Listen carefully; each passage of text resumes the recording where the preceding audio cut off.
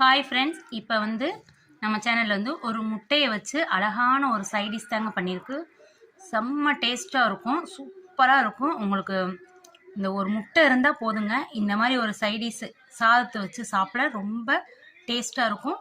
வாங்க இதை எப்படி செய்யலான்னு பார்க்கலாம். வீடியோக்குள்ளே போகிறதுக்கு முன்னாடி நம்ம சேனலை சப்ஸ்கிரைப் பண்ணுங்கள், இன்ஸ்டாகிராமில் ஃபாலோ பண்ணுங்கள் ஃப்ரெண்ட்ஸ். வாங்க வீடியோக்குள்ளே போகலாம். இப்போ அடுப்பில் ஒரு கடாயில் கடலை எண்ணெய் ஊற்றிக்கோங்க. நல்லா எண்ணெய் சூடாயிருந்ததும் பொடியாக சாப் பண்ணி வச்சுருக்க சின்ன வெங்காயம் அல்லது பெரிய வெங்காயம் ஆட் பண்ணி நல்லா பொன்னிறமாக வதக்கிடணும். வெங்காயம் வதங்குறதுல தான் டேஸ்ட் இருக்குது. வெங்காயம் நல்லா வதங்கினதுக்கப்புறம் நான் இதுக்கு ஒரு 2 தக்காளி எடுத்திருக்கேன். 3 முட்டைக்கு 2 பெரிய வெங்காயம் 2 தக்காளி எடுத்திருக்கேன்.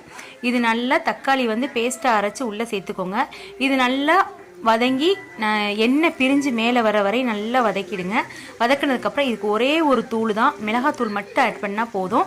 மிளகாத்தூள், உப்பு தேவையான அளவு ஆட் பண்ணி எண்ணெயில் நல்லா வதக்கினதுக்கப்புறம் நம்ம எடுத்து வச்சுருக்க முட்டையும் இதில் ஆட் பண்ணி எண்ணெய் பிரிஞ்சு மேலே வர வரை நல்லா ஃப்ரை பண்ணி இறக்கணும்னா சூப்பரான ஒரு முட்டையை வச்சு ஒரு சைடிஷ் ரெடி ஆயிருங்க. இது ரொம்பவே சாதத்தில் பிசைஞ்சு சாப்பிட்றதுக்கு அவ்வளோ டேஸ்ட்டாக இருக்கும். உங்களுக்கு மற்ற சைடிஷே தேவையில்லை, இதுவே போதும். ரொம்ப டேஸ்ட்டாக இருக்கும், சூப்பராக இருக்கும். வீடியோஸ் பிடிச்சிருந்தால் மறக்காமல் ஃபாலோ பண்ணுங்கள், சப்ஸ்கிரைப் பண்ணுங்கள் ஃப்ரெண்ட்ஸ்.